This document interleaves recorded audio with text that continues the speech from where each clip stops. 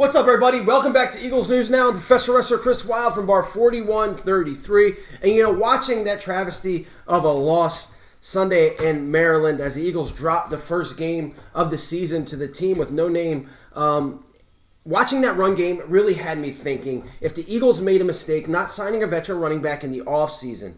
Now, look, yes, Doug Peterson didn't call many run plays, and the offensive line was terrible. So is it fair to really put the blame on Boston Scott or Corey Clement? I don't know. Is it fair to hold judgment against Jason Huntley, who they just acquired a week ago? I don't know. But I look at Devonta Freeman, who's on the street, not playing with the team, and I think that maybe if they signed him, it might have made a difference. I mean, does having him in the game instead of Jason Huntley do anything to change the outcome?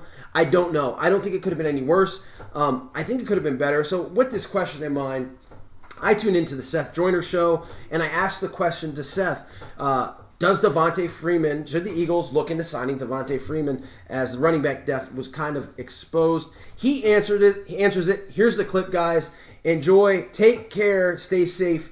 Go Birds. And I'll see you later. Chris Wilde says, should the Eagles sign Devonta Freeman? Running back depth was exposed on Sunday. Well, I would ask the question, why would you say that?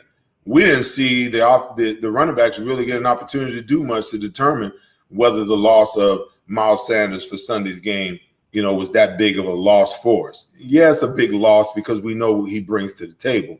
But I don't think it was that much of a loss that we need to go out and bring Devonta Freeman in here. If that was the case, we were looking to bring in a running back.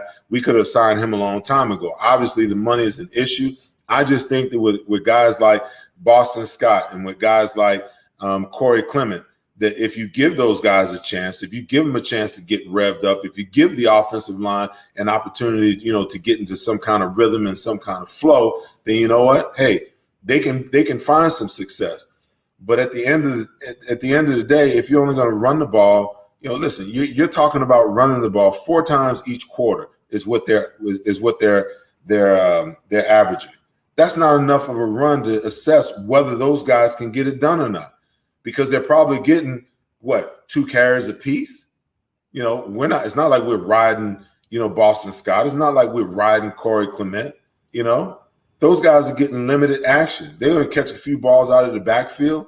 When you get your main guy back, yeah. But at the end of the day, Devonta Freeman is not going to be the answer to, what ails us. What's going to be the answer is the fact that Doug Peterson realizes that he needs to run the football. And, yeah, you know what? You might have some negative plays. But at the end of the day, at least you're sending the message to the defense that, hey, we're going to try to run. We're going to try to establish the run. And then we're going to base our pass plays off of what it is that we try to run. That's called offensive coordination.